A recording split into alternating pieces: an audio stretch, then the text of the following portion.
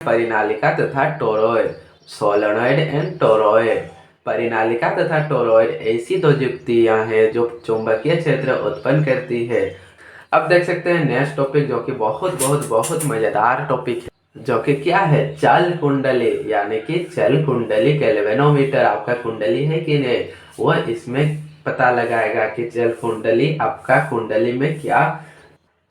अब देख सकते हैं महत्वपूर्ण बिंदु, यानी कि इम्पोर्टेंट पॉइंट। इस इम्पोर्टेंट पॉइंट को नहीं देखा तो सोचिए इस चैप्टर में आपने कुछ नहीं देखा।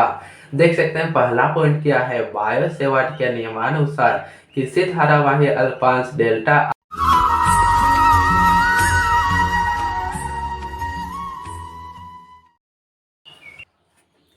गतिमान आवेश और चुंबक तत्व, मूविंग चार्ज एंड मैग्नेटिज्म। देखिएगा इस चैप्टर में अब क्या बताता है। सन 1820 के ग्रीष्म ऋतु में डच भौतिक विज्ञानी हैंस क्रिश्चियन ऑस्ट्रेट ने अपने एक भाषण के दौरान प्रयोग प्रदर्शित करते हुए देखा कि एक सीधे तार में विद्युत धारा प्रवाहित करने पर पास रखी हुई चुंबकीय सुई में सुस्पष्ट विक्षेप प्राप्त होता है। उन्होंने इस परिघटना पर शोध किया और उन्होंने पाया कि चुंबकीय सुई तार के अभिलंबवत तार में तार की स्थिति की केंद्रित वृत्त के स्पर्श रेखा के समांतर संरेखीय होती है। इस स्थिति को चित्र ए में दर्शाया गया है, परंतु यह देखने के लिए तार में प्राय धारा प्रवाहित होना चाहिए और चुंबकीय सुई तार के काफी निकट रखी होनी चाहिए ताकि पृथ्वी के चुंबकीय क्षेत्र की उपेक्षा की जा सके। यदि तार में धारा की दिशा विपरीत कर दी जाए तो चुंबकीय सुई भी घूम कर विपरीत में संरेखीय हो जाती है। तार में धारा का परिमाण बढ़ने या सुई को तार के निकट लाने से चुंबकीय सुई का विक्षेप बढ़ जाता है। तार के चारों ओर यदि लोक चूर्ण छिड़के तो इसके कण तार के चारों ओर संकेंद्रीय वृत्तों में व्यवस्थित हो जाते हैं। Correct guys.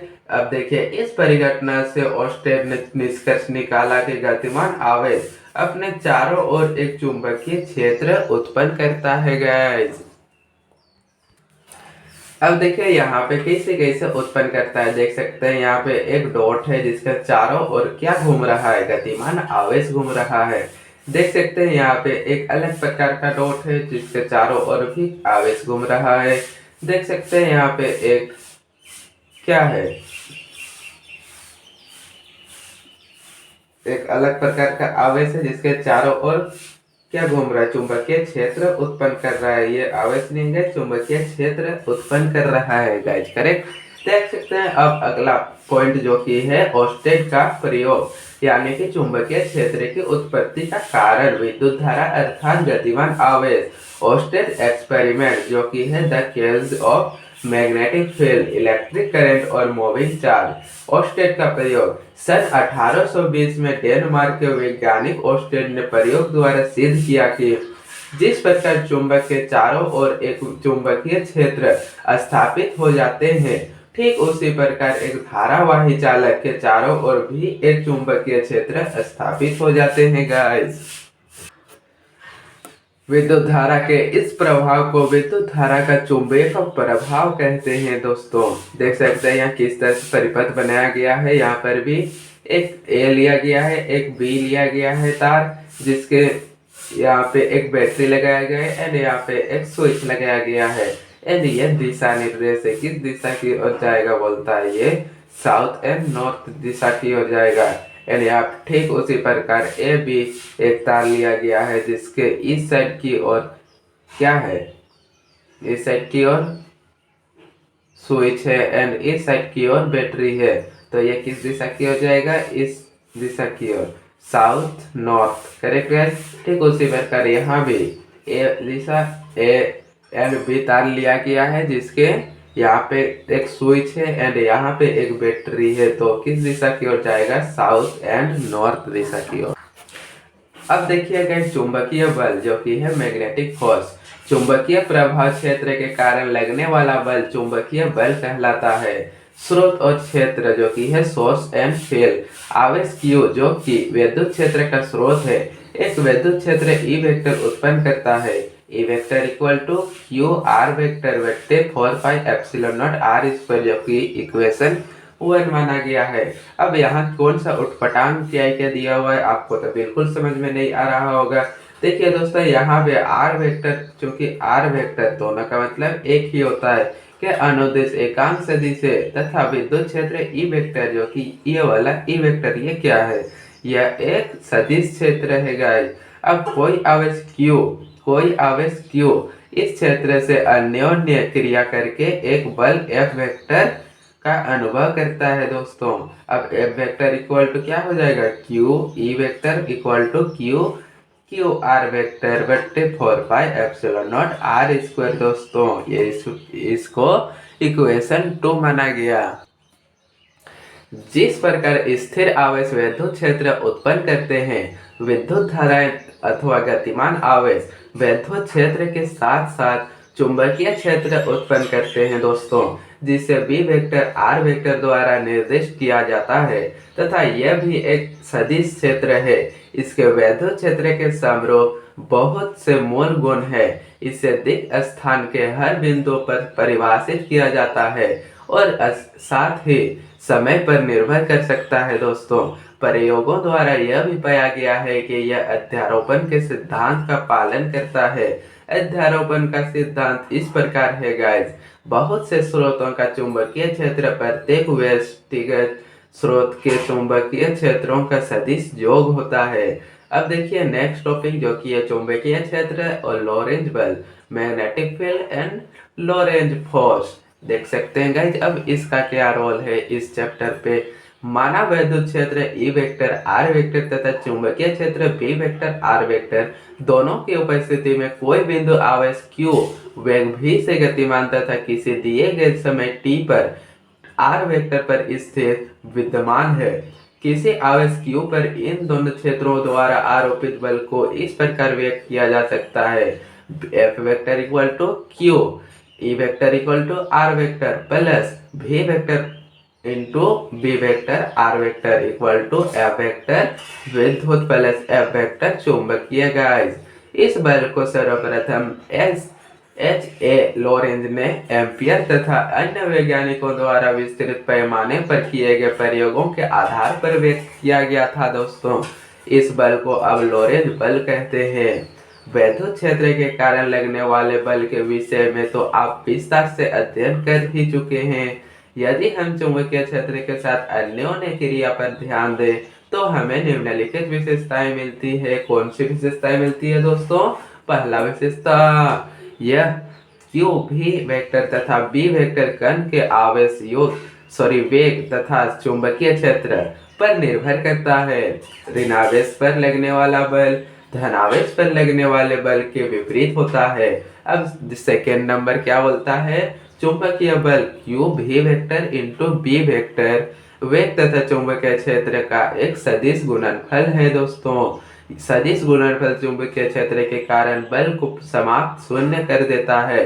यह तब होता है जब बल वेग तथा चुंबकीय क्षेत्र दोनों के लंबवत होता है किसी दिशा में दोस्तों। जब वेग तथा चुंबकीय क्षेत्र की दिशा एक दूसरे के समांतर या प्रति समांतर होती है, इसकी दिशा सदिश गुणनफल, क्रॉस गुणनफल, पेंच नियम अथवा हस्त नियम द्वारा प्राप्त होती है गाइस। अब देख सकते हैं नेक्स्ट टॉपिक जो कि है चुंबकीय क्षेत्र में गति, यानी कि motion in A magnetic field.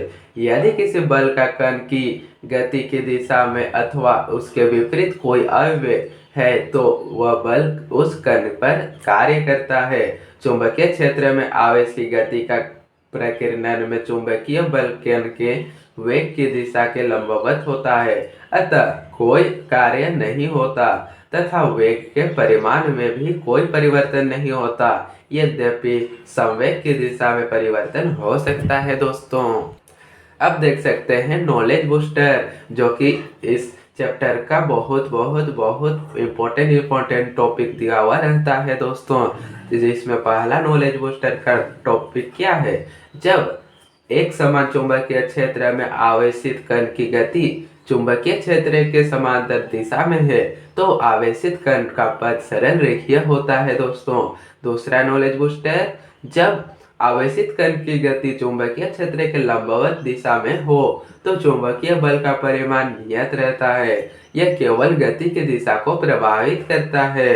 तीसरा नॉलेज बूस्टर, चुंबकीय क्षेत्र में स्थित धारावाही चालक पर लगने वाला बल है F equal to I b l sine theta, जहाँ L चालक की लंबाई, B चुंबकीय क्षेत्र तथा थीटा चुंबकीय क्षेत्र की दिशा से कोण है। अब देख सकते हैं साइक्लोट्रॉन यानी कि साइक्लोट्रॉन। आवेशित कण किसी विद्युत क्षेत्र में जो अनेक बार गुजरकर उच्च ऊर्जा तक त्वरित हो जाता है। साइक्लोट्रॉन एक ऐसी युक्ति है जो आवेशित कणों अथवा आयनों को उच्च ऊर्जाओं तथा त्वरित करने के लिए प्रयुक्त होती है। इसका आविष्कार E.O. लॉरेंस तथा M.S. लिविंगस्टन ने सन 1934 में नाभिकीय संरचना संबंधी शोध कार्यों में आवश्यक उच्च ऊर्जा वाले आवेशित कणों को प्राप्त करने के लिए किया था। अब देख सकते हैं अगला टॉपिक जो कि है वायु या निर्वात की चुंबकशीलता यानी कि म्यू नॉट से इसे प्रदर्शित करते हैं दोस्तों। देख सकते हैं यहाँ पे क्या कहता है, विद्युतशीलता एप्सिलॉन नॉट तथा प्रकाश की चाल c में संबंध, relation between mu zero E0 and C equal to क्या होता है 1/√अंडर म्यू जीरो E0 अथवा √अंडर mu zero E0 equal to 1/c। Correct guys. अब देख सकते हैं नेक्स्ट टॉपिक क्या कहता है जो कि है धारावाही चालक के कारण उत्पन्न चुंबकीय क्षेत्र की दिशा, यानी कि इसे अंग्रेजी में कहेंगे direction of magnetic field due to a current carrying conductor. किसी धारावाही चालक के कारण उत्पन्न चुंबकीय क्षेत्र की दिशा निर्धारण के लिए निम्नलिखित नियमों से कोई भी नियम प्रयुक्त किया जा सकता है गाइस, जिसमें पहला नियम है दाएं हाथ की हथेली का नियम, right hands palm rule number 1। दोस्तों, यदि हम अपने दाएं हाथ का पंजा पूरा फैलाकर इस प्रकार रखें कि अंगूठा चालक में बहने वाला धारा आई की दिशा में तथा फैली हुई अंगुलियां उस बिंदु P की ओर संकेत करें जिस पर धारा के कारण उत्पन्न चुंबकीय क्षेत्र की दिशा ज्ञात करनी है, तो हथेली से धक्का देने की दिशा उस बिंदु पर चुंबकीय क्षेत्र B की दिशा को व्यक्त करती है गाइस। यहाँ पे देख सकते हैं दाएं हाथ कौन सा है, ये वाला है हमारा दाएं हाथ जिसका अंगूठा है ये वाला। एंड क्या कहता है यहाँ पे दाएं हाथ की हथेली का नियम, जो कि यदि हम अपने दाएं हाथ का पंजा पूरा फैलाए, चलिए पूरा फैलाते हैं दाएं हाथ का पंजा। चलिए गाइस, अब क्या कहता है दाएं हाथ का पंजा पूरा फैलाए, इस प्रकार रखें कि अंगूठा चालक में बहने वाले धारा आई की दिशा में तथा फैली हुई अंगुलियां उसी बिंदु P की ओर संकेत करती है, मतलब जिस दिशा की ओर मतलब धारा बह रही है, माना कि इस दिशा की ओर धारा बह रही है एंड हमारा अंगूठा है इस दिशा की ओर। इसी प्रकार हमारा ये इस नियम को प्रयोग में लाया जा सकता है गाइस। अब देख सकते हैं अगला पॉइंट क्या कहता है। अगला पॉइंट कहता है कि मैक्सवेल का दक्षिणावर्त पेंच का नियम, Maxwell right hand screw rule. यदि कोर में छेद करने वाले स्क्रू को दाएं हाथ से इस प्रकार घुमाया जाए कि स्क्रू की नोक चालक में बहने वाली धारा की दिशा में आगे बढ़े, करेक्ट गाइस, तो जिस दिशा में पेंच की घूमने के लिए अंगूठा घूमता है दोस्तों, वही चुंबकीय क्षेत्र रेखाओं की दिशा होगी। मतलब कहता है ये पेंच है, करेक्ट है। यदि कॉर्क में छेद, ये रहा कॉर्क कहाँ है, यदि कॉर्क में छेद करने वाले स्क्रू को नोक चालक में बहने वाली धारा की दिशा में आगे बढ़े, तो जिस दिशा में पेंच को घूमने के लिए अंगूठा घूमता है वही चुंबकीय क्षेत्र रेखाओं की दिशा होगी दोस्तों। अब देख सकते हैं नेक्स्ट टॉपिक क्या कहता है। नेक्स्ट टॉपिक कहता है कि दाएं हाथ के अंगूठा का नियम, जो कि right hand thumb rule.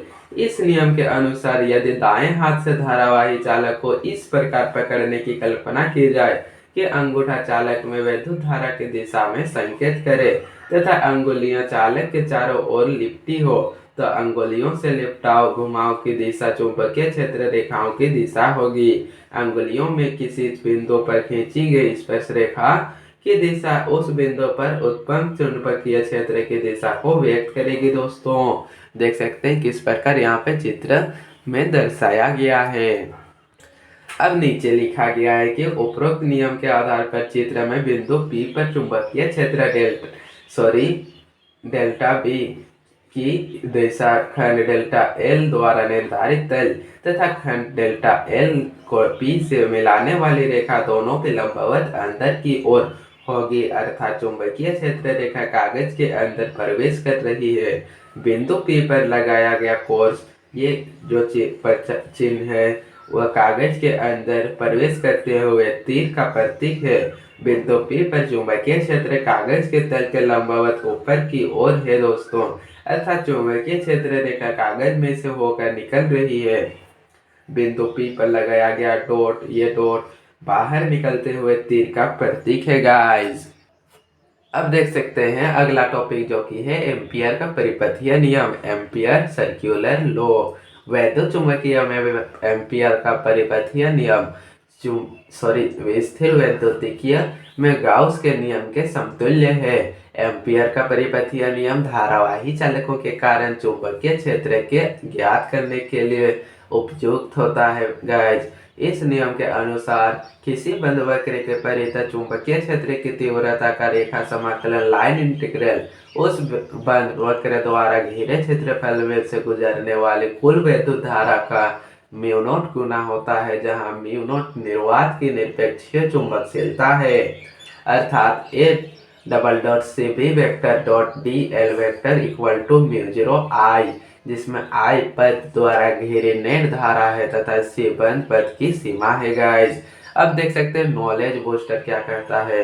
Ampere का परिपथीय नियम तथा बायो सेवार्ट का नियम दोनों ही चुंबकीय क्षेत्र तथा विद्युत धारा में संबंध बताते हैं गाइस, और दोनों ही विद्युत धारा के भौतिक परिमाणों को व्यक्त करता है। अब देख सकते हैं परिनालिका तथा टोरॉयड, सोलेनॉइड एंड टोरॉयड। परिनालिका तथा टोरॉयड ऐसी दो युक्तियां हैं जो चुंबकीय क्षेत्र उत्पन्न करती है। टेलीविजन में आवश्यक चुंबकीय क्षेत्र उत्पन्न करने के लिए परिनालिका का उपयोग होता है दोस्तों। सिक्रोट्रॉन में आवश्यक चुंबकीय क्षेत्र उत्पन्न करने के लिए इन दोनों का संयुक्त रूप से उपयोग किया जाता है। परिनालिका तथा टोरॉयड दोनों में ही हमें उच्च संपत्ति की ऐसी स्थिति देखने को मिलती है जिनमें एम्पियर नियम आसानी से लागू किया जा सकता है। अब देख सकते हैं अगला टॉपिक जो कि है परिनालिका सोलेनॉइड।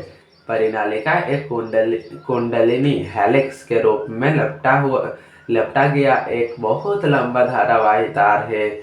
इसे बनाने के लिए किसी कार्डबोर्ड अथवा चीनी मिट्टी के बेलनाकार नली के ऊपर तांबे के विद्युत रोधी इंसुलेटेड तार के अनेक फेरे एक दूसरे से सटाकर लपेट देते हैं। इसका व्यास इसकी लंबाई की तुलना में बहुत छोटा होता है गाइस। अब अगला टॉपिक जो कि है एक धारावाही लंबी स्थिति परिनालिका द्वारा उत्पन्न चुंबकीय क्षेत्र, magnetic field produce due to a long straight current carrying solenoid B equal to mu 0 n by l आई।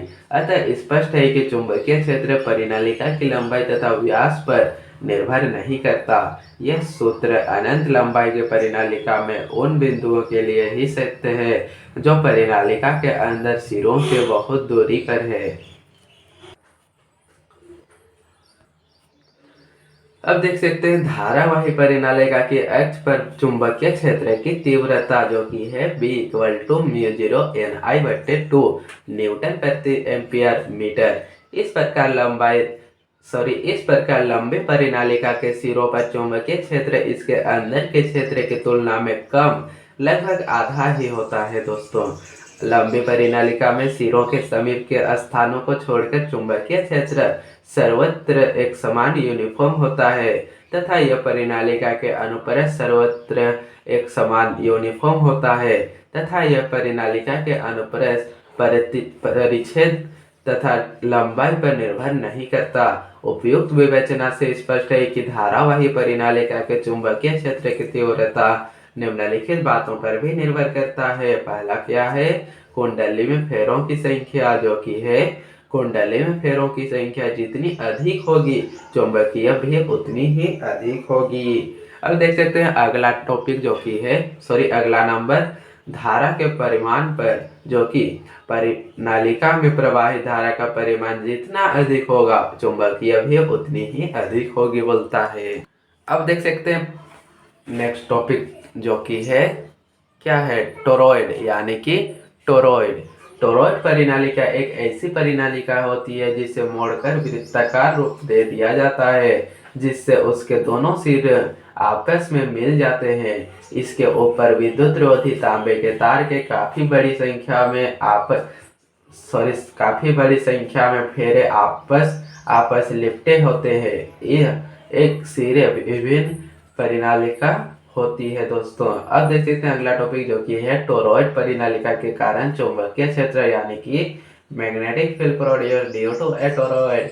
इसकी 3 स्थितियां होती है। पहला स्थितियां क्या है, टोरॉइड द्वारा घिरे रिक्त स्थान में उत्पन्न चुंबकीय क्षेत्र, magnetic field produce in free space covered by toroid B = 0। इस प्रकार टोरॉइड परिनालिका के अंदर खाली स्थान में किसी भी बिंदु S पर चुंबकीय क्षेत्र शून्य होता है। अब देख सकते हैं अगला नंबर जो कि है दूसरा में क्या बोलता है, टोरॉइड की कोरोड के भीतर उत्पन्न चुंबकीय क्षेत्र, magnetic field produce inside the core of A toroid. Toroid की लंबाई = 2πr, टोरॉइड में फेरों की संख्या n × 2πr, तो क्या हो जाएगा B = μ0Ni/2πr दोस्तों। अब स्पष्टता क्या बोलता है, टोरॉइड की कोर के भीतर चुंबकीय क्षेत्र कुल फेरों की संख्या के अनुक्रमानुपाती तथा उसकी त्रिज्या के व्युत्क्रमानुपाती होता है गाइस। अब देख सकते हैं तीसरा नंबर क्या बोलता है, टोरॉइड के बाहर रिक्त स्थान में उत्पन्न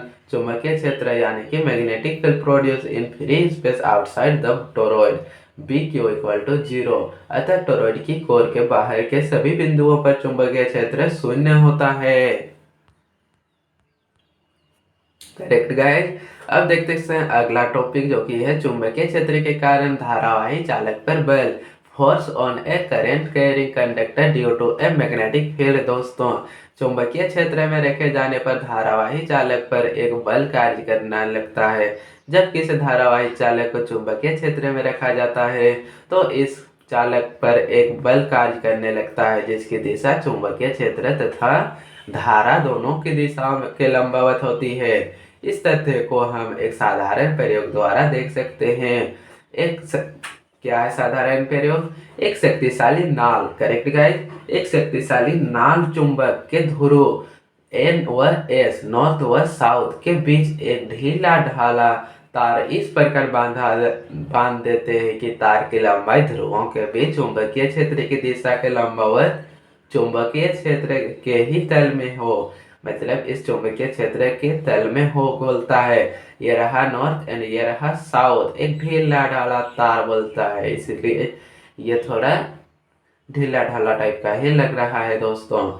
अब देखिए आगे, अब जैसे ही तार में विद्युत धारा प्रवाहित की जाती है, जैसे ही तार में विद्युत धारा प्रवाहित की जाती है बोलता है, देख सकते हैं यहाँ पे फिगर में ये बहुत ही ढीला ढाला तार है। ये रहा नॉर्थ एंड ये रहा साउथ एंड ये रहा बल। अब देख सकते हैं आगे क्या बोलता है, अब जैसे ही तार में विद्युत धारा प्रवाहित की जाती है, जैसे ही तार में विद्युत धारा, ये तार है दोस्तों तार, जैसे ही तार में विद्युत धारा प्रवाहित की जाती है तब क्या होता है, प्रवाहित की जाती है तो तार पर एक बल F कार्य करने लगता है, तो तार पर एक बल F कार्य करने लगता है, करेक्ट।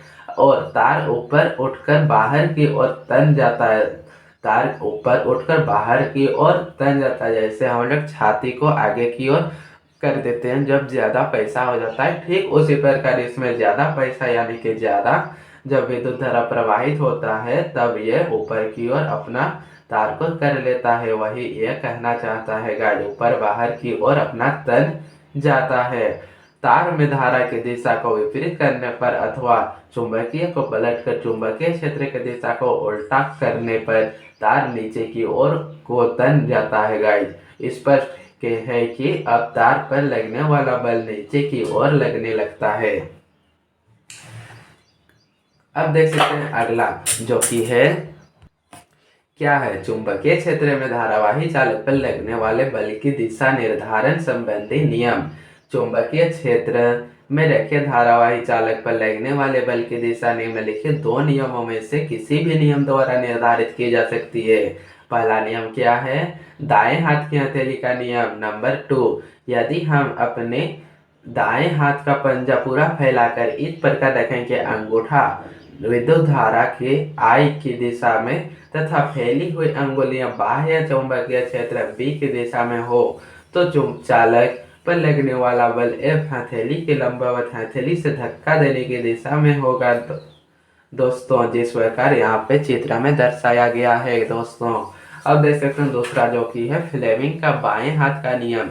अब ये क्या बोलता है, यदि हम अपने बाएं हाथ का अंगूठा यदि हम अपने बाएं हाथ का अंगूठा तथा उसके पास वाली पहली अंगूठी फोर फिंगर तथा मध्यम अंगुली इस प्रकार फैलाएं कि तीनों एक दूसरे के लंबवत रहे, तो यदि पहली अंगूठी चुंबकीय क्षेत्र बी की दिशा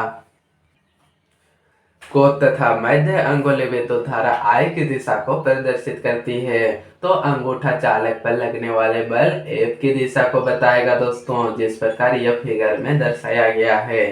अब देख सकते हैं अगला टॉपिक जो कि है दो समांतर विद्युत धाराओं के बीच बल एम्पियर, यानी कि force between two parallel current the ampere. दोस्तों पास पास रखे दो धारावाही चालक चुंबकीय क्षेत्र की पारस्परिक क्रिया के कारण एक दूसरे पर बल लगते हैं। Correct guys. अब देख सकते हैं नीचे क्या बोलता है, नीचे बोलता है कि हम जानते हैं कि धारावाही चालक के चारों ओर एक चुंबकीय क्षेत्र उत्पन्न हो जाता है तथा चुंबकीय क्षेत्र में स्थित धारावाही चालक पर एक बल कार्य करता है। अतः यदि एक धारावाही चालक के निकट कोई दूसरा धारावाही चालक रखा जाए, तो यह चालक पहले चालक द्वारा उत्पन्न चुंबकीय क्षेत्र के कारण एक बल का अनुभव करेगा। इसी प्रकार पहला धारावाही चालक दूसरे धारावाही चालक द्वारा उत्पन्न चुंबकीय क्षेत्र के कारण एक बल अनुभव करेगा। स्पष्ट है कि पास पास रखे दो धारावाही चालक चुंबकीय क्षेत्र की पारस्परिक क्रिया के कारण एक दूसरे पर बल लगता है दोस्तों। Correct guys. अब देख सकते हैं नॉलेज बूस्टर। पहला नॉलेज बूस्टर क्या है, यदि कुंडली किसी त्रिज्यीय रेडियल चुंबकीय क्षेत्र में स्थित हो, तो ऐसे चुंबकीय क्षेत्र में कुंडली का तल प्रत्येक स्थिति में चुंबकीय क्षेत्र रेखाओं के समांतर रहता है। अतः प्रत्येक स्थिति में थीटा इक्वल टू 90 डिग्री होगा, sine theta equal to sine 90 degree equal to 1। देख सकते हैं फिगर में, जो कि बहुत डरावना फिगर है, लेकिन डरावना है नहीं दोस्तों। देख सकते हैं, मैं आपको समझाने का प्रयास करूंगा। ये इस साइड है नॉर्थ एंड इस साइड है एस, जो कि इस साइड है क्रोड, यानी कि इसको हम क्रोड माने हैं दोस्तों। ये जो यहाँ पे जो एक सुई टाइप का लग रहा है ना, ये इसे को फोर्स कहा गया है और यहाँ पे इसकी लंबाई को बी कहा गया है। बस इस फिगर में इतना ही रोल है। अब देख सकते हैं आगे क्या बोलता है, इस स्थिति में कुंडली पर कार्यरत बल आघूर्ण torque equal to NIAB equal to MB अधिकतम होता है दोस्तों। नेक्स्ट नॉलेज बूस्टर क्या बोलता है, बल आघूर्ण का उपयोग सूत्र का आयताकार धारा लूप के लिए स्थापित किया जाता है, परंतु यह सिद्ध किया जाता है कि किसी भी आकार यानी कि वर्गाकार, वृत्ताकार या कोई अन्य के बंद लूप के लिए भी यह सूत्र सत्य है। अब देख सकते हैं अगला टॉपिक जो कि है परिक्रमी इलेक्ट्रॉन का चुंबकीय द्विध्रुव आघूर्ण, यानी कि the magnetic dipole moment of A revolving electron. परमाणु में परिभ्रमण करते इलेक्ट्रॉन का चुंबकीय द्विध्रुव आघूर्ण उसके परिक्रमण काल पर निर्भर करता है। m equal to EV/2। यह समीकरण परिक्रमण करते हुए इलेक्ट्रॉन के चुंबकीय द्विध्रुव आघूर्ण को प्रकट करती है गाइस। दाएं हाथ के अंगूठे के नियमानुसार वामावर्त दिशा में घूमते हुए इलेक्ट्रॉन के चुंबकीय द्विध्रुव आघूर्ण m वेक्टर की दिशा इलेक्ट्रॉन की कक्षा के तल के लंबवत नीचे की ओर होगा, जैसा चित्र इतना में दर्शाया गया है। अब देख सकते हैं एक अगला मजेदार टॉपिक जो कि क्या है, चुंबकीय द्विध्रुव आघूर्ण कोणीय संवेग के पदों में, यानी कि magnetic dipole moment in term of angular moment. इसका ये जो सूत्र है ना, वेरी इंपॉर्टेंट सूत्र है, ये न्यूमेरिकल में आने का बहुत ज्यादा चांस रहता है। तो जो कि इसमें क्या बोल रहा है, m vector equal to minus e बट्टे 2ma इंटू एल वेक्टर, बस इतना ही है। इसका बहुत ज्यादा यहाँ पे इस्तेमाल किया जाता है। यहाँ ऋणात्मक चिन्ह यह प्रदर्शित करता है, ये जो ऋणात्मक चिन्ह है यह प्रदर्शित करता है कि चुंबकीय आघूर्ण एम वेक्टर, चुंबकीय आघूर्ण एम वेक्टर यानी कि एम यानी कि magnetic vector, sorry guys, M यानी कि magnetic dipole moment, correct. M vector की दिशा कोणीय संवेग एल वेक्टर की दिशा के विपरीत दिशा में होती है। दोस्तों चित्र इतना में धारा लूप का ऊपरी तल दक्षिणी ध्रुव के भांति तथा निचला तल उत्तरी ध्रुव के भांति कार्य करता है। इसलिए एम वेक्टर की दिशा दक्षिणी ध्रुव से उत्तरी ध्रुव की ओर अर्थात ऊपर से नीचे की ओर है, जबकि एल वेक्टर की दिशा लूप के तल के लंबवत नीचे से ऊपर की ओर होगी। दोस्तों अब देख सकते हैं नेक्स्ट टॉपिक, जो कि बहुत बहुत बहुत मजेदार टॉपिक है, जो कि क्या है, चल कुंडली, यानी कि चल कुंडली गैल्वेनोमीटर। आपका कुंडली है कि नहीं, वह इसमें पता लगाएगा कि चल कुंडली आपका कुंडली में क्या मतलब क्या बताता है। अब देख सकते हैं महत्वपूर्ण बिंदु, यानी कि इम्पोर्टेंट पॉइंट। इस इम्पोर्टेंट पॉइंट को नहीं देखा तो सोचिए इस चैप्टर में आपने कुछ नहीं देखा। देख सकते हैं पहला पॉइंट क्या है, बायो सेवाट के नियमानुसार किसी धारावाही अल्पांश डेल्टा आई के कारण आर दूरी पर उत्पन्न है। अब देख सकते हैं चल कुंडली का एक एक टॉपिक है धारामापी गैल्वेनोमीटर, जो कि धारामापी वह युक्ति है जो किसी वैद्युत परिपथ में धारा की उपस्थिति का पता लगाने के लिए प्रयुक्त किया जाता है। इसका सिद्धांत यह है कि जब एक समान चुंबकीय क्षेत्र में रखी कुंडली में धारा प्रवाहित की जाती है तो कुंडली पर एक विक्षेप बल आघूर्ण कार्य करने लगता है, जिसका परिमाण कुंडली में प्रवाहित धारा की प्रबलता पर निर्भर करता है। दोस्तों धारामापी दो प्रकार के होते हैं, पहला धारामापी क्या है, चल कुंडली धारामापी, एंड दूसरा क्या है, चल चुंबकीय धारामापी। दोस्तों इसमें पहला नंबर में हम देखेंगे चल कुंडली धारामापी, यानी कि मूविंग कॉइल गैल्वेनोमीटर क्या बताता है। चल कुंडली धारामापी एक ऐसा धारामापी है जिसमें धारावाही कुंडली एक समान चुंबकीय क्षेत्र में घूमने के लिए स्वतंत्र होता है। यह दो प्रकार का होता है, यानी कि चल कुंडली धारामापी कितने प्रकार का होता है, दो प्रकार का होता है। पहला प्रकार क्या है, निलंबित कुंडली धारामापी, यानी कि suspended coil galvanometer, and second क्या है, किलकित कुंडली धारामापी, यानी कि पाइवोटेड कॉइल गैल्वेनोमीटर। अब देख सकते हैं आगे क्या बोलता है, आगे बोलता है कि इन दोनों प्रकार के धारामापियों के सिद्धांत तथा कार्यविधि समान है, अंतर केवल इनकी रचनाओं में है। निलंबित कुंडली धारामापी को फॉस्फर ब्रोंज की पतली पतली, करेक्ट गाइस, पतली पत्ती से लटकाया जाता है और कुंडली का विक्षेप लैंप व स्केल समायोजन, लैंप एंड स्केल अरेंजमेंट से ज्ञात कर लेते हैं। किलकित कुंडली धारामापी में कुंडली दो चूल्हों पाइवोट्स के बीच घूमने के लिए स्वतंत्र होती है। कुंडली का विक्षेप संकेतक की सहायता से वृत्ताकार पैमाने पर पढ़ लेते हैं। पहले प्रकार का धारामापी किलकित कुंडली धारामापी की तुलना में अधिक सुग्राही होता है। दोस्तों परंतु किलकित कुंडली धारामापी का भिन्न भिन्न स्थानों पर सरलता से प्रयोग किया जाता है। अब देखते हैं अगला टॉपिक, जो कि क्या है, धारामापी का अमीटर में रूपांतरण, यानी कि conversion of galvanometer into ammeter. धारामापी को एमीटर में रूपांतरित किया जाता है गाइस। देख सकते हैं अब इसका क्या रोल है इस चैप्टर में। एमीटर वह यंत्र है बोलता है जो वैद्युत परिपथ में धारा की प्रबलता मापने में काम आता है।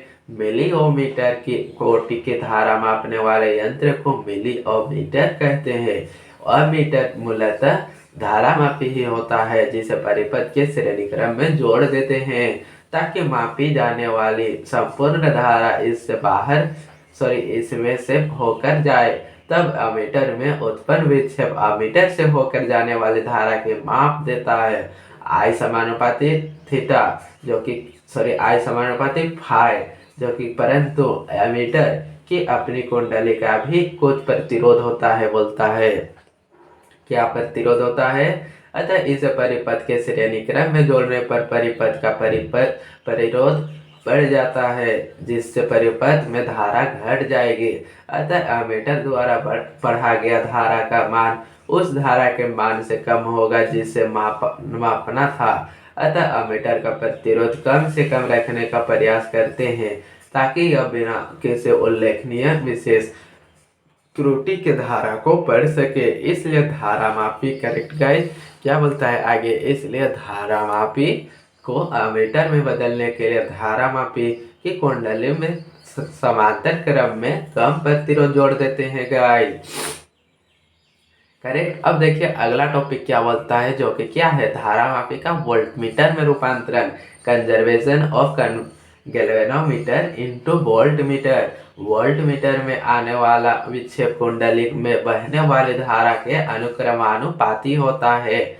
वोल्टमीटर वह यंत्र है, बोलता है, जो वैद्युत परिपथ में किन्हीं दो बिंदुओं के बीच विभवांतर यानी कि वोल्ट में मापने के काम आता है। मिलियोमीटर कोटि के विभवांतर मापने वाले यंत्र को मिलियोमीटर कहते हैं। वोल्टमीटर मूलतः एक धारा मापी होता है जिसे परिपथ के उन दो बिंदुओं के समांतर क्रम में जोड़ देते हैं जिनके बीच विभवांतर मापना है। वोल्टमीटर की कुंडली का परिमित प्रतिरोध होने के कारण कुछ धारा वोल्टमीटर की कुंडली से भी बाहर प्रवाहित होती है। फलस्वरूप उन दोनों बिंदुओं के बीच प्रवाहित धारा का मान कुछ कम, करेक्ट गाइस, कुछ कम हो जाता है। समांतर क्रम में जुड़े होने के कारण वोल्टमीटर के सिरों के बीच वही विभवांतर उत्पन्न हो जाता है जो उन बिंदुओं के बीच है। अतः वोल्टमीटर में उत्पन्न विक्षेप इसकी कुंडली में बहने वाली धारा के और इस कारण उसके सिरों के बीच विभवांतर के भी अनुक्रमानुपाती होगी।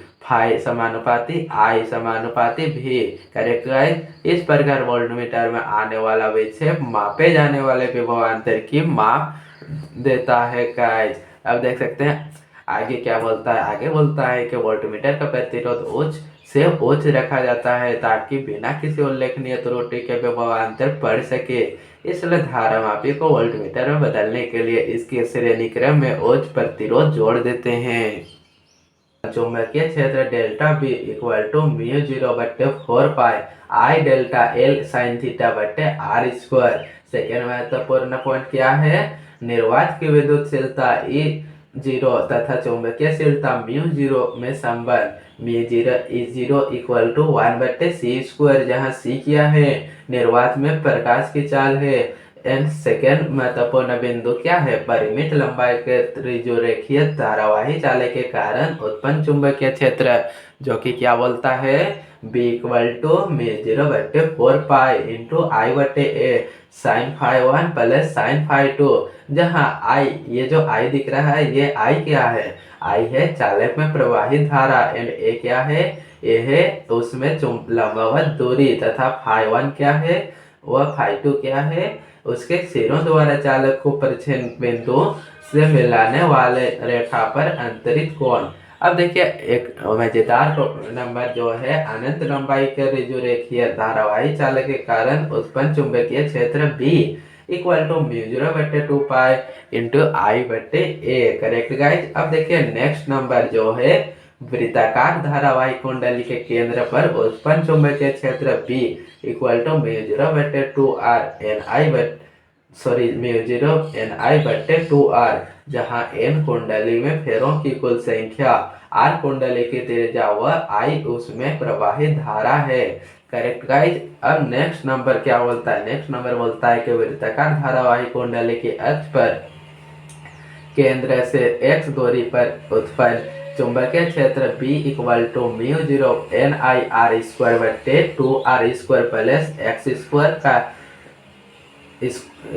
का क्या हो जाएगा 3/2। अब नेक्स्ट नंबर बोलता है कि गतिमान आवेश के कारण उत्पन्न चुंबकीय क्षेत्र B equal to μ0/4 pi cube ही साइन थीटा बटे r²। लंबी परिनालिका के भीतर उत्पन्न चुंबकीय क्षेत्र क्या हो जाएगा, B equal to mu zero n I equal to mu zero into n I बटे एल, जहाँ एन क्या है, ये जो बड़ा वाला एन लग दिख रहा है ना, ये क्या है, परिनालिका में फेरों की कुल संख्या, एंड बट्टे में एल दिख रहा है, वह क्या है, वह है परिनालिका की लंबाई, तथा जो छोटा वाला एन लग दिख रहा है ये क्या है, यह है उसके प्रति एकांक लंबाई में फेरों की संख्या। अब देख सकते हैं अगला नंबर जो है, अनंत लंबाई के परिनालिका के सिरों पर चुंबकीय क्षेत्र P equal to mu zero n I बटे 2। अब अगला नंबर बोलता है एक समान चुंबकीय क्षेत्र में गतिमान आवेश पर बल F equal to q v p sine theta, अथवा F vector equal to q v vector cross a B vector. अब अगला नंबर जो है, यदि L लंबाई का चालक जिसमें I धारा बह रही है एक समान चुंबकीय क्षेत्र में B से थीटा कोण बनाते हुए रखा हो, तो उस पर कार्यरत बल F इक्वल टू क्या हो जाएगा, आई बी एल साइन थीटा। अब नेक्स्ट नंबर जो है, एक समान चुंबकीय क्षेत्र में लंबवत गति करते आवेश कण के वृत्तीय पथ की त्रिज्या जो r है इक्वल टू एम भी बट्टे Q B equal to 2m के का रूट अंडर बट्टे क्यू बी। Correct guys. अब अगला है कण का परिक्रमण काल, यानी कि टी इक्वल टू क्या हो जाएगा, 2 पाई एम बट्टे क्यू बी। आवृत्ति एन इक्वल टू क्या हो जाएगा, 1/t equal to Q B बट्टे 2 पाई एम। अब देख सकते हैं अगला नंबर जो है, यदि धारा मापी का प्रतिरोध G है तथा यह IG धारा के लिए पूर्ण विक्षेप दर्शाता है, तब उसे I परास के एमीटर में परिवर्तित करने के लिए आवश्यक